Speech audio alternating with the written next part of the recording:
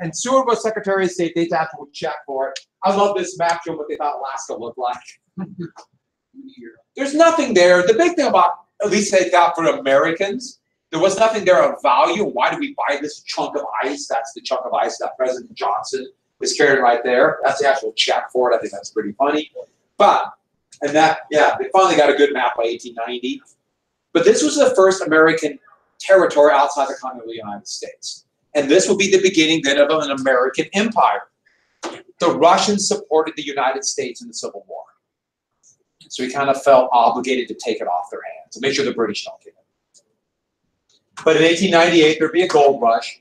You see it called the Klondike gold rush, the Yukon gold rush, the Alaska gold rush. But that would show the potential profit of Alaska for the United States. And then it had strategic importance as being close to Japan and then the Soviet Union. We'll come back to Alaska again, but Alaska was a territory, was an American colony. But then they would make it a state. Do you want to know here? 51. 50 what? 51. Close. 53. 59. Oh. 59. Good guess. Nice job. Put +1 in your forehead. Okay, with that, one more thing. Washington, in his farewell address, warned people. What? I was just really confused when this popped up. I know. Let's go back in time. He warned against foreign entanglements. He warned against permanent alliances. But by the 1890s, the United States was expanding. And the thing was, just so we don't forget, Washington warned, but by the 1890s, the U.S. is now being involved in trade and now expanding. And once the U.S. is going to get into the empire game, the U.S. will have no choice but to get into foreign entanglements. It's no coincidence. Once we decided imperialism, our first, the first war since the War of 1812 against a European power, Spain. And then within 20 years, Armageddon would be in it, World War I. And so with that, let's get into the factors of embriarism. I meant to say reasons, I said factors. Did you like when I did that? Did you notice I cared? I'm so confused. You thought I was going through some kind of seizure there, didn't you? Should I call somebody? Reasons for him. So that's Uncle Sam, that's Columbia. And this is the new American empire. And the whole thing is they're all like in lockstep together. So here are Americans. So that's a worker, a businessman, a farmer. But then you might notice others. Cuba, Puerto Rico. And in this, they're all happy. Yay, we've been taken by the United States. The Philippines, the Hawaiian Islands. And then for some reason, this naked baby in a top hat carrying a pen. Remember I showed you the same thing in that one about the snake? Can anyone tell me why? That's exactly it. People are weird. What's that? Well, I guess, but it's supposed to be implying that these are their children too. Which I don't want to get involved in the whole age thing, but. Oh yeah, this is intensely racist too. But. So is the baby like a perfect white kid? I don't have any idea. I think it's supposed to be like either. Is it like baby Lincoln? Has a top hat? Put your head there for the rest of the period. Okay, with that. Okay, it wasn't bad. But I don't know. I don't know if it's supposed to be or like a new, like the new year that I have a baby. It's supposed to be like a new country, a new. I don't know. It's just creepy. I'm bothered. Put some clothes on. Okay, here's number one. Closing the American frontier. And basically, the United States has got to the coast. And then swirl back in by 1890, this area has been conquered by the United States. The American Indian tribes had all been, by 1890, forced on reservations, but there's still that desire to move westward. What is that idea of move westward? Which is manifest destiny. Yeah, Western expansion. Manifest destiny, it's still there. And trade with China. Yeah. I'm sure this has a whole history behind it. But why is the northern border not farther up in Canada? What made us stay there? What did the Canadians do to not make us go? Well, remember, we tried to get Canada in 1812 and lost. Okay. But secondly, there was a treaty between the United States and Canada. The U.S. got the Louisiana Purchase kind of dipped up into here, and Canada claimed, or Britain claimed this land. So they just kind of cut it in half. Okay. And then they just extended it to the sea in 1848. Okay. So there's Uncle Sam getting bigger and bigger and bigger as this time goes by. And I think this is 1783 when the country was formed. And then all of a sudden, yay, there's Uncle Sam. I don't know if I like that, but kind of getting a little bit too big. You know, it's now it's a navy. And there's one more thing. What are these? Yes. Whose hands? European powers are saying you're now one of us. You're now a great power. So that frontier is we're moving beyond. So let's move to the next factor, the panic. This economic catastrophe. We have the second industrial revolution, industrialization, this expanding economy, new system of capitalism, but it led to this panic. And one of the parts about the panic, fighting for empire, and a war will unify the country. That was divided since the Civil War. But just before this happened, we had the Pullman strike and Coxey's army. And it seemed to imply that the country was divided on the edge of revolution.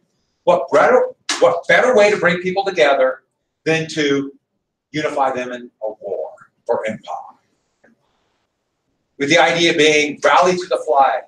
What do you call that intense nationalism where you love your country? Use that. Intense feeling. You call that intense nationalism? A feeling. Nationalism. Use nationalism to rally to the flag. And this has been done since the Greek states in 1000 BC to fight a war. You heard of the Trojan War? Come together as Greece. And so the same kind of thing happened after the September 11th attacks. President Bush, who was not all that popular, his approval rating went up to over 90% within a month because everyone's kind of thought we must all rally after this terrible attack. Now, when he would leave office, it was about 35%. Same thing would happen to his dad after the first Gulf War. But it got President Bush reelected. It's rally the country together. You don't want to change presidents while we're fighting a war kind of thing. So use that. But it's more than that too. Remember the boom bust cycle. You have a boom. Then the boom starts going down that deflationary curve. What is the first thing that happens in that deflationary curve? If there's too much supply for what people want, let's find somebody to buy our stuff. So part of imperialism is trade. Find a captive market to trade our surplus. Remember, that's what Britain did. What was that act that gave the East India Company a monopoly? Yeah, the Tea Act. The same thing happened to the United States. Now the U.S. wants to do it someplace else. And we're already looking westward to Asia. Problem is, a lot of these places have been taken by other countries. Other countries, maybe the United States might have to find some other way to get land. This shows raising American exports and raising American investment in other countries. So I'm just trying to show how it really started to pick up in this era. Next, Alfred Thayer Mahan would write one of the most influential books in history, literally called The Influence of Sea Power on world history from 1660 to 1783. Now, Mahan was a naval officer, and he would eventually go from a commander. Teddy Roosevelt loved this book and would make him a rear admiral. Who became a great power in these years? Britain. Exactly. And what Mahan says, countries become great because they have a strong navy. So the whole gist of his book is for a strong navy. Kind of makes sense. He's a naval officer. You build up the navy, promotion. There's a logic to this, but still he had a reason. And here's the thing. He's talking about the history. This goes back to when America won their independence, but Britain actually was the greatest power in the world, even after they lost the American Revolution. But he's talking about today.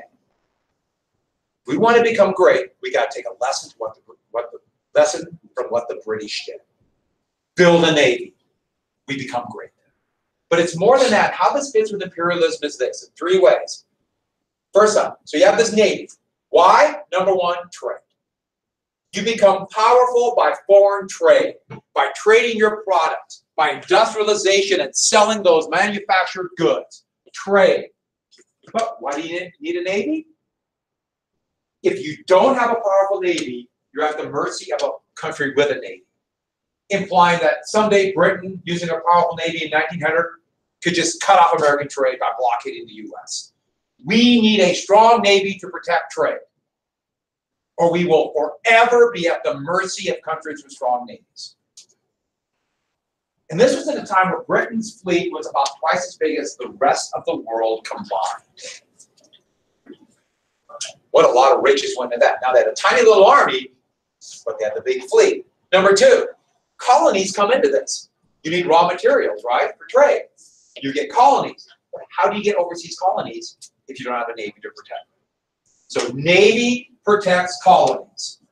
You need colonies for trade. It all ties together. Navy for colonies. So if we want to get colonies, we want to find some big colony that we can conquer. We need a navy to protect it. Conquer and force to buy our stuff. Big colony. Maybe that a weak country now controls. Can anyone see it on there?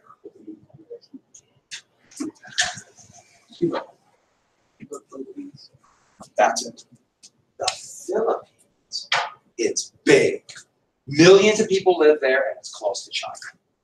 And that leads to number three, and the Spanish own it. Number three, coaling stations. You need naval bases then. How can you have trade and protect your fleet if you don't have a naval base? How can you protect your colonies if you don't have navy bases? Why? Coal. Coal was the new power. Coal-fired steam boilers, they just used up coal so fast, they had to constantly refill. Coal takes up so much space and it's so heavy. And how do you transfer coal onto a ship? I mean, they literally did it by wheelbarrow, by hand. And so this would take forever to have bags of coal they just would carry. By the way, that's really dangerous. Coal dust might blow up a ship. That's tomorrow. So that's why the United States started getting bases here as early as 1867 and 1858. Island bases. Why? Bases for ships, and they would become coaling stations. Britain would do it. They start scooping up these islands in the Pacific. Germany, Japan, France, all start taking islands. Yeah. So they had the idea of building up a big navy back near the 60s. Well, this time they were thinking coal, but the big reason they first started getting the bases was to protect the whaling fleet. Oh, okay. They pretty much killed the whales here, and so they went in the process of trying to kill every whale up here. That's why the Hawaiian Islands were so important, a whaling station. Maui. Right. And then when coal, it kind of fit in. And if you're out there on a sailing ship, boy, you better have someplace you can provision. So like Midway Island's still a U.S. naval base. And right about here was one of the most important battles in history, 1942. It's conveniently called the Battle of Midway. So, almost forgot one more thing. Almost forgot. So the U.S. read this. The U.S. had a tiny military, but they started building up a modern fleet in the 1890s. Just in time for war with Spain, isn't it? And one more thing.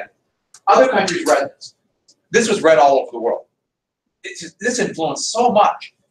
And Britain, they read it and like, wow, we are so cool. This is why we are great now. France, they're involved with an arms race with Germany.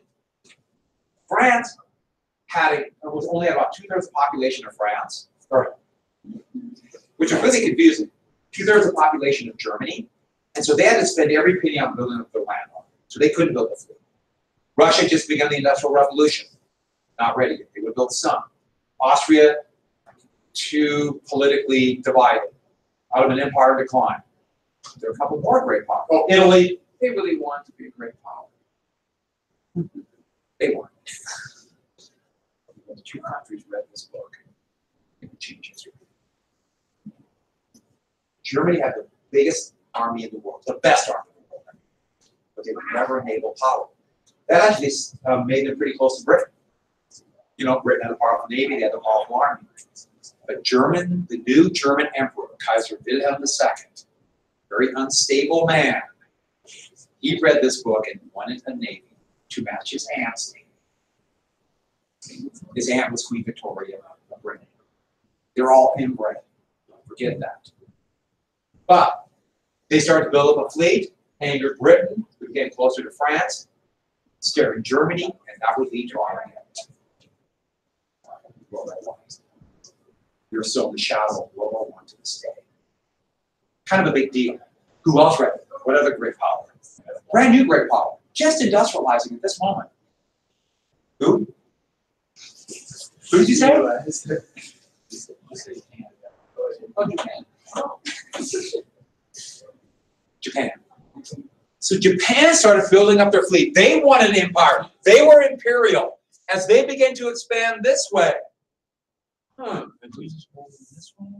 you see a war for empire coming? Yeah, nothing to see here. Move on. So, World War II in the Pacific is 100% a war for empire.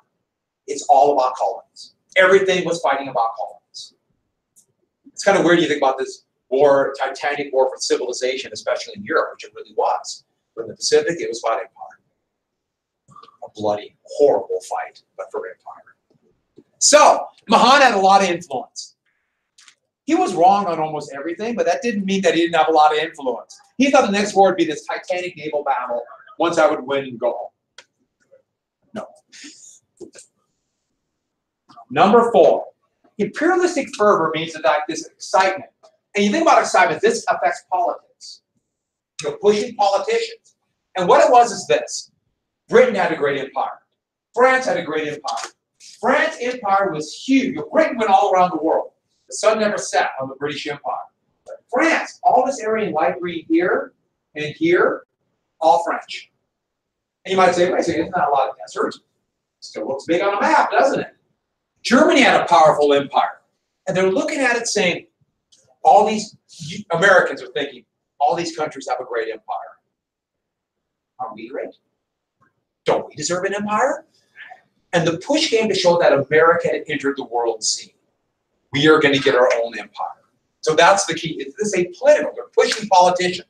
Or politicians trying to get favor by saying, I will make America strong and we will become one of the great powers.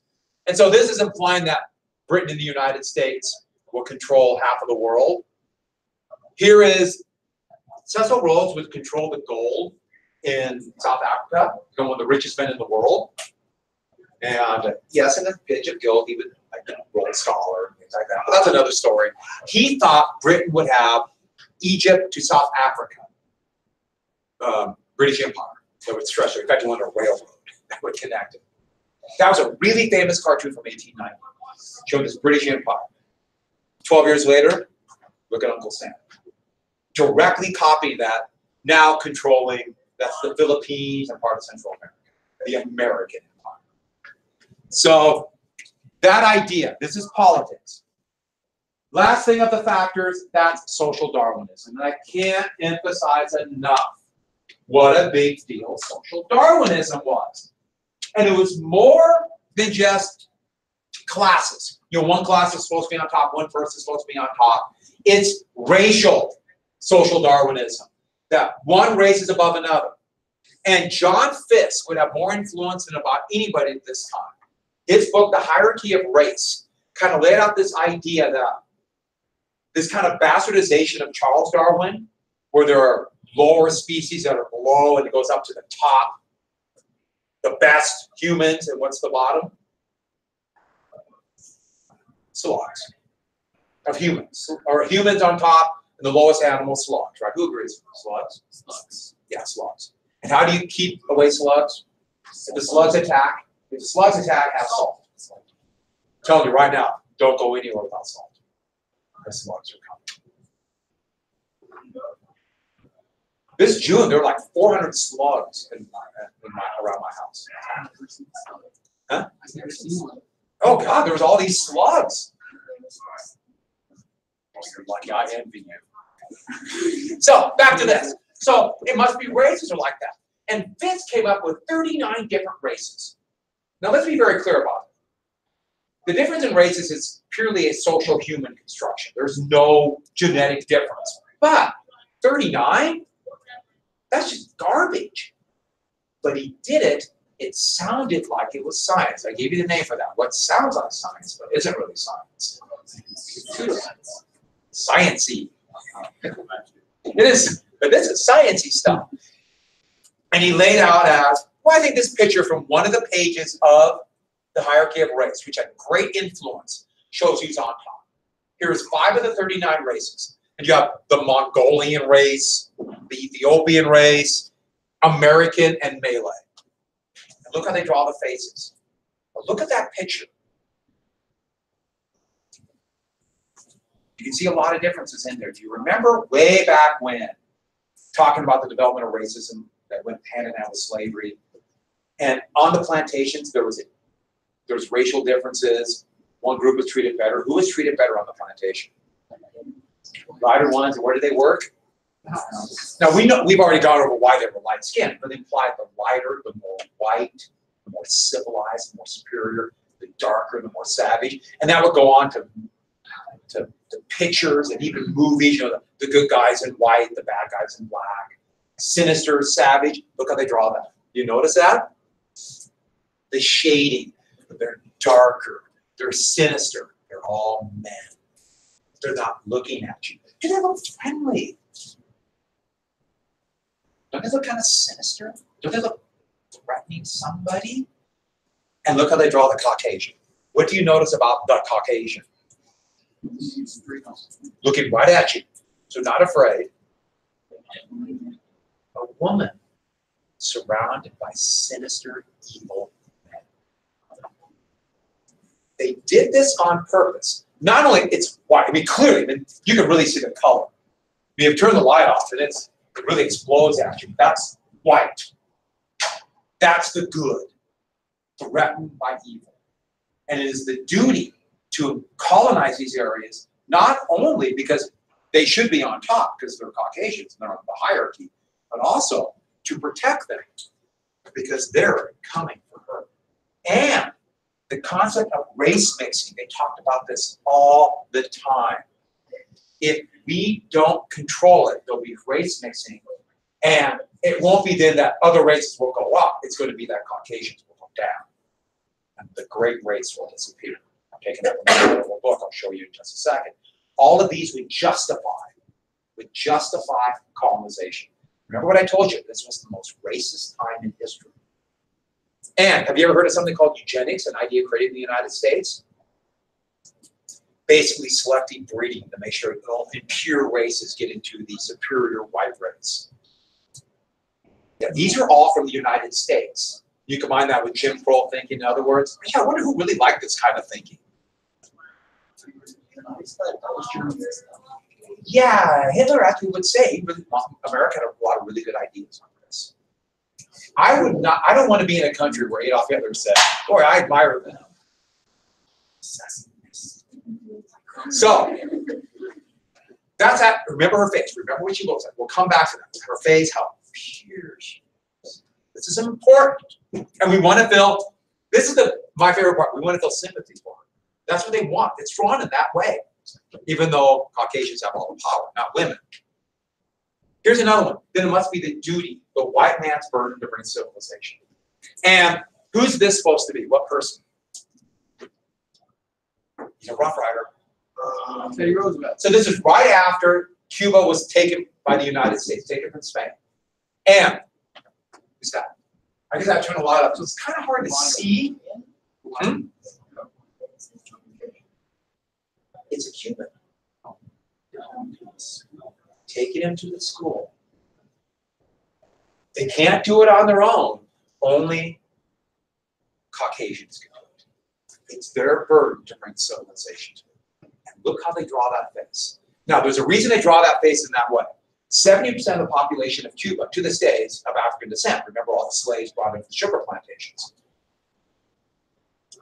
You remember also when I was talking about the development of racism, I told you that it's a terrible term. Sambo, how they drew the faces. Isn't that kind of like a very, it's kind of tied here with that same kind of face to make it look kind of animalistic. That's what it is. And this is trying to say that savage, they can't govern themselves. we have to civilize them. And not only that, you notice the boots? We sacrifice for them. It's our burden. This is implying, aren't we great for conquering them? Because they can't do it themselves, because look at them. See a slightly different face? We'll come back to that. We'll come back to that. So, one more thing. There's also, that fit in with this, Josiah Strong wrote a number of different articles, a couple of different books about this, the duty then to bring Christianity. And a lot of missionary would have kind of had a lot of influence at the turn of the last century. And they would go to China or Africa, mostly Protestant, very evangelical. This was a time of kind of an evangelical explosion, almost like a third Great Awakening. I think I mentioned this before, but that, if you've ever heard of the term the rapture, it comes out of this wave of religious thinking. But think about the missionaries, though. They caused a lot of resentment because they went there with the idea, there's this feeling that we got a bunch of savages and heathens and we got to bring them to Christianity or they're going to go to hell. Now, let me ask you if this is a good way. So we walk up to somebody and say, who am I going to bring? You are a savage. You're going to go to hell unless you do exactly what I said. Is that a good way to win friends and influence people? Do you now think, you're right, I am a savage? I never thought of it that way. How would you feel, really? Huh? Not so good? Maybe just a tad bit of resentment. This will help trigger a rebellion in China in 1900. And there's still a resentment against Christians in China to this day, going back to here. But back to this. So here are missionaries, American missionaries, and being carried on the back by Chinese laborers called coolies. That doesn't really seem like you're sitting there thinking about the Chinese as equals. And it fits in with this anti-imperial cartoon from 1900, showing here are the great powers with the U.S. in front, there's Germany, Britain, being carried on the back of their colonial, essentially slaves. Clever cartoon, yeah. How can you tell Which, for the how country? do you know that? You mean for this? Well, I mean, I know that. Yeah, and then that Germany, that's John Bull. And John Bull always had a top hat and a very heavy, kind of portly guy. That was Britain. Germany, and I believe that's supposed to be France. Okay. I know that's Germany, and I'm guessing, because France was a bigger colonial power, it could be the Russians. But they would always draw the French or the Russians or the Austrians in a triad. So, here's a book that was very popular this time that would be ironically justifying imperialism because we have no choice or we'll be taken over by whites, will be taken over by people of a different color. That's pretty shocking, isn't it? And then, if we don't do it, this is 1910, the white race will be gone. So we're doing more, we're defending that. And let me show you one ad. Actually, soap would really jump in on this. How soap was a civilizing factor. This would be a bunch of different ads for soap that are applying it to bring civilization. Here's Admiral Dewey, who would defeat the Spanish fleet at Manila Bay. And it says, the first step towards lightening the white man's burden is through the teaching of the virtues of cleanliness. And here they are, bringing soap to the natives. And the racism of this one is shocking. So I assume it's this is supposed to be maybe of African descent, but anybody who's dark-skinned, and applying that soap will civilize it. How do we know? They turn white. And it's more than just prejudice. It is using racism. Because think about this. If you were darker skin, if you were not white, it's just this, yeah, I'm inferior. It's pounding your head, you're inferior. And if you are Caucasian, it's kind of this jokey little way. Look at how we're so much fun. Look at it, it just washes off. And that's how society used racism. It's kind of endemic. And that was supposed to be really funny. Now, I'm glad no one here thinks it's funny. Or if you do, you better keep it to yourself. I don't think it's funny. It's pretty horrible, isn't it? It's kind of shocking. That was the norm. And, oh, why do you think ivory soap's white? Do you think that's accidental? I mean, these things have, here's the ivory soap ad to American Indians so they could be civilized. It's white for a reason. But let's go right to this. So, the test case for all this is Hawaii. Hawaii put all this together.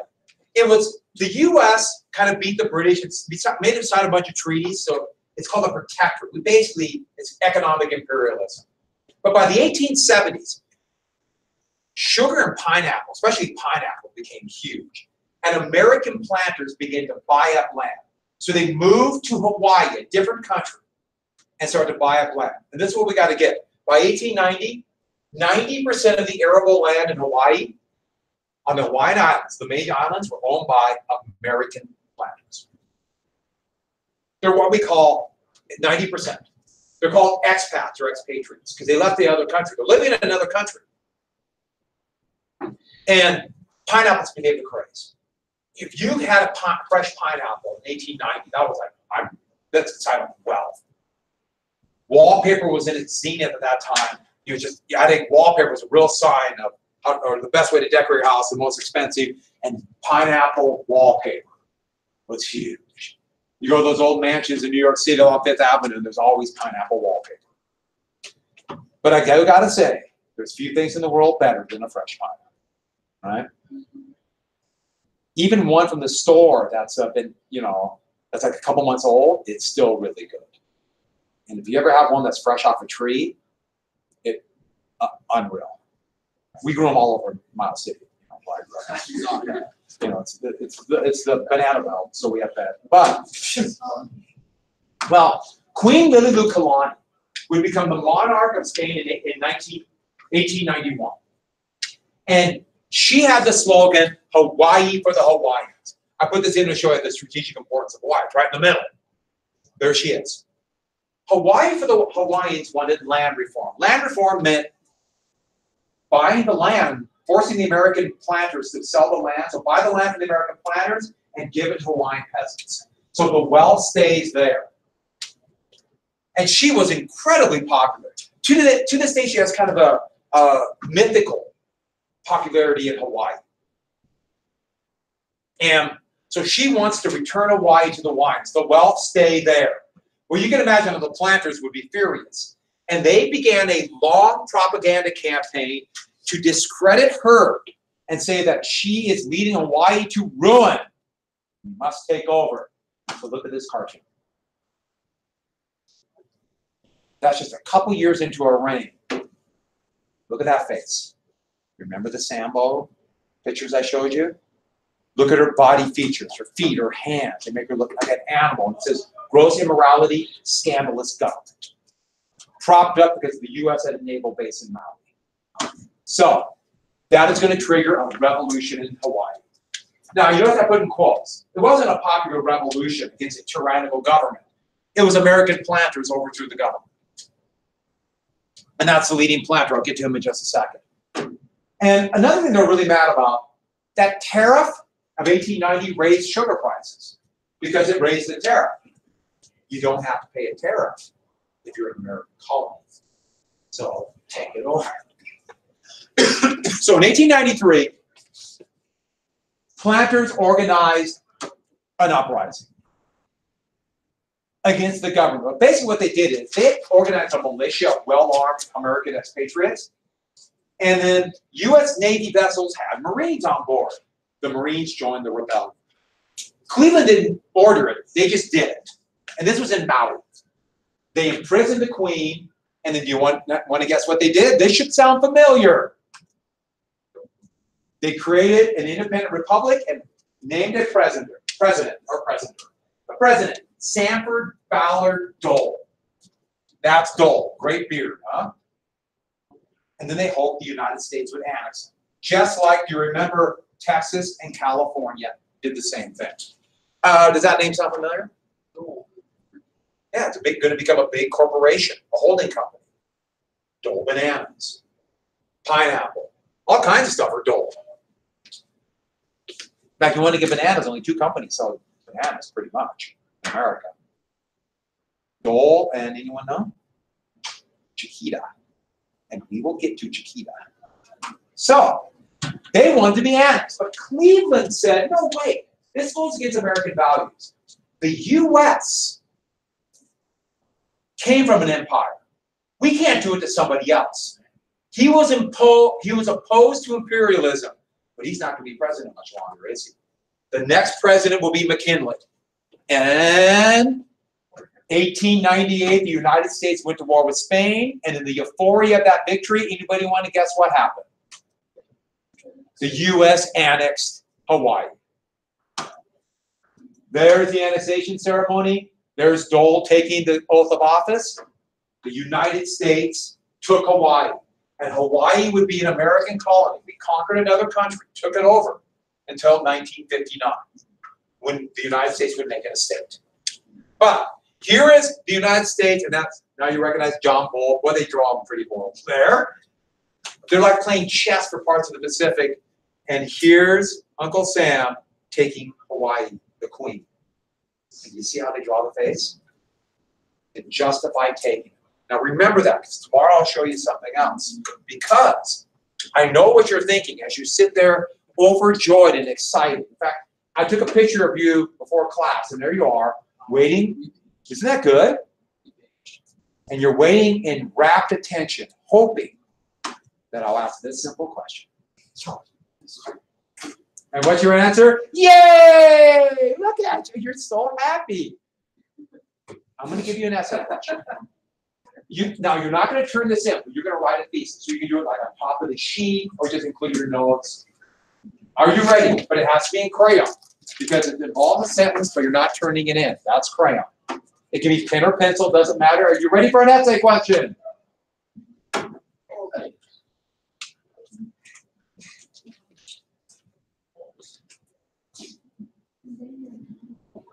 No, I just want a thesis. No, we're doing it right now. We got 5 minutes. You're doing it.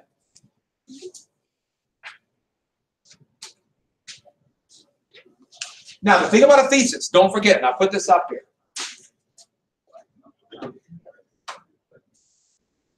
Main point of the question, take a position, and then the A, B, and C. And now, you might say, well, maybe I just write economic. But no, you need something specific. What economic issue? What ideology? We just talked about a big one, right? What political events? We named a few political events. So all of these come from what we just did. So, 20 seconds. Begin. 20. Well.